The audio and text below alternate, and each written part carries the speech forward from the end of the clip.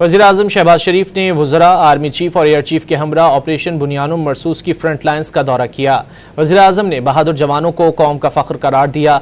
वाज़े किया कि हमारे शाहीनों ने दुश्मन को जो ज़रब लगाई ये मामूली कारनामा नहीं, दुश्मन के होश ठिकाने आ गए। पाकिस्तान को रिवायती जंग में पीछे छोड़ने के भारतीय दावे खाक में मिल गए।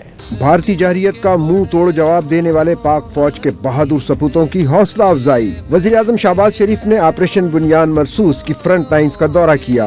ऑपरेशन में शरीक अफसरान और जवानों से मुलाकात की। दौरे के दौरान वज़ीर-ए-आज़म शहबाज शरीफ ने पसरूर, छावनी, सियालकोट का दौरा भी किया।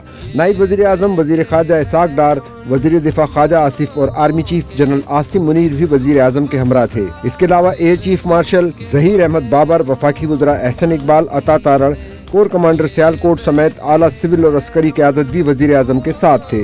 वज़ीर-ए-आज़म ने जवानों से पुरजोश खिताब भी किया और पाकिस्तान, पाक फौज जिंदाबाद के नारे लगाए। आर्मी चीफ, एयर चीफ और जवानों ने भी पुरजोश अंदाज में नारे लगाए। अफ़वाज पाकिस्तान जिंदाबाद, पाकिस्तान जिंदाबाद,